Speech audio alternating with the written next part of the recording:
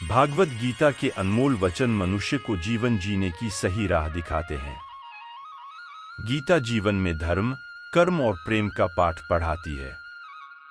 गीता संपूर्ण जीवन दर्शन है और इसका अनुसरण करने वाला व्यक्ति जीवन में कभी निराश नहीं होता है। गीता में श्री कृष्ण ने मनुष्य के बर्बाद होने के 5 कारण बताए हैं। मनुष्य की बर्बादी के ये कारण आज भी प्रमाणित है। कहते हैं कि मनुष्य यदि अपनी बर्बादी के कारण को जान जाए तो वह अपने जीवन को सुखमय बना सकता है। गीता में भगवान श्री कृष्ण ने बर्बादी के इन कारणों पर विशेष बल दिया है। भागवत गीता के बताए गए मनुष्य की बर्बादी के ये कारण आज हर मनुष्य को जानना चाहिए। क्या आप जानते हैं कि मनुष्य की बर्बादी के कारण कौन कौन से हैं? गीता के अनुसार नींद, गुस्सा, डर, थकान और काम टालने की आदत, ये कारणों से मनुष्य बर्बाद हो जाता है।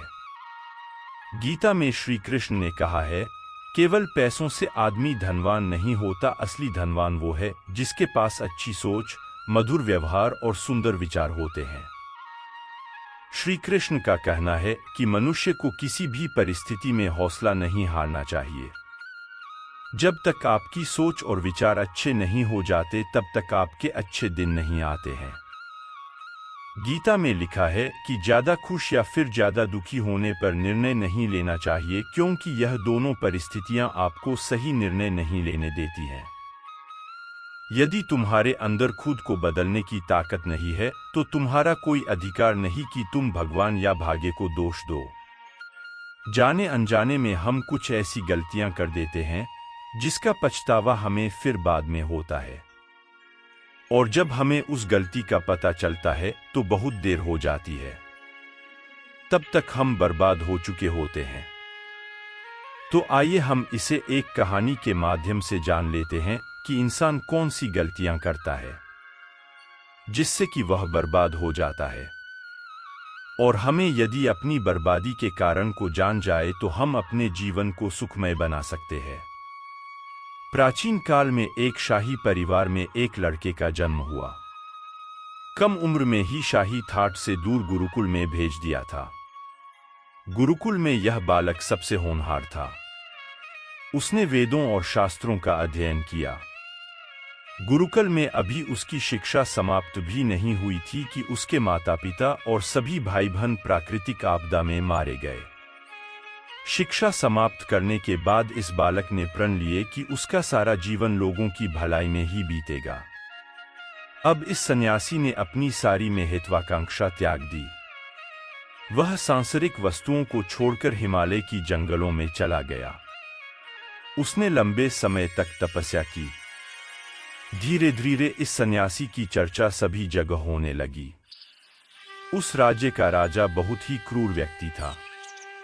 राजा ने सन्यासी से भेंट करने की ठानी, जिसके बाद राजा उस सन्यासी से इतना प्रभावित हुआ कि उसने अच्छाई की राह पर चलने की ठान ली। राजा मन ही मन सोचने लगा कि अगर ये सन्यासी मुझे चंद मिनटों में ही इतना कुछ बदल सकता है तो यदि ये मेरे पास रहने लगे तो मेरी जिंदगी ही बदल जाएगी। इसके बाद राजा ने सन्यासी से अपने साथ चलने के आग्रह करने लगा। सन्यासी इसके लिए मान गए और राजा उन्हें साथ लेकर महल में चले गए। वहां राजा ने सन्यासी को शाही कमरे में भोजन करवाया। सन्यासी ने राजा का धन्यवाद किया और जाने की आज्ञा मांगी, जिस पर राज ने कहा, आप हमारे बगीचे में हमेशा के लिए रह सकते हैं। सन्यासी ने राजा के प्रस्ताव को स्वीकार कर लिया। बगीचे में सन्यासी के लिए एक कुटिया बना दी गई। राजा ने भी सन्यासी की खूब सेवा की। कुछ समय बाद अचानक राजा और रानी अपने पड़ोस के राज्य में चले गए। साथ ही एक सेवादार को सन्यासी की सेवा के लिए बोल गए, लेकिन सेवादार बीमार पड़ गया और अगले दिन से आया ही नहीं। ऐसे में सन्यासी को कोई भोजन देने वाला भी नहीं था। कुछ दिनों के बाद जब राजा वापस आए तो सन्यासी ने राजा को बहुत डांटा। राज ने सन्यासी से क्षमा मांगी और फिर सब कुछ ठीक हो गया। फिर कुछ दिन बाद राजा को राज्य से फिर कुछ दिनों के लिए बाहर जाना पड़ा। इस बार राजा ने रानी को आदेश दिया कि जब तक वह आते नहीं तब तक सन्यासी को किसी प्रकार की दिक्कत नहीं होनी चाहिए। जिसके बाद रानी हर रोज भोजन पकाकर सन्यासी को भेज देती। एक दिन रानी नहाने के लिए गई और सन्यासी को भोजन देना भूल गई। जब भोजन नहीं आए तो सन्यासी सोच में पड़ गया कि और वह खुद महल में जाकर देखा। सन्यासी की नजर रानी पर पड़ी। उसने रानी के अद्भुत रूप को देखकर चकित हो गया। सन्यासी रानी की सुंदरता को भुला न सका और उसने खाना पीना छोड़कर अपनी कुटिया में पड़ा रहा। राजा जब वापस लौटे तो उसे सन्यासी के हाल का पता लगा। राजा ने जब सन्यासी से ये सब पूछा तो उसने कहा कि मैं रानी की अद्भुत सुंदरता का कायल हो गया हूं। इस पर राजा ने सन्यासी से कहा कि आप मेरे महल में चलिए, मैं रानी आपको दे दूंगा।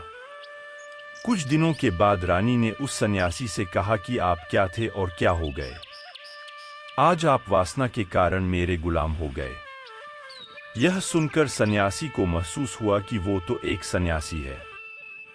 सन्यासी जोर जोर से चिल्लाने लगे और रानी से कहा, मुझे क्षमा कर दीजिए। इस कहानी का सार यह है कि जब इच्छा पूरी नहीं होती है तो क्रोध उत्पन्न होता है, और अगर पूरी हो जाए तो लालच बढ़ता है। प्रिय मित्र, वीडियो अच्छा लगा तो लाइक, कमेंट, शेयर और नया हो तो चैनल को सब्सक्राइब कर देना। धन्यवाद।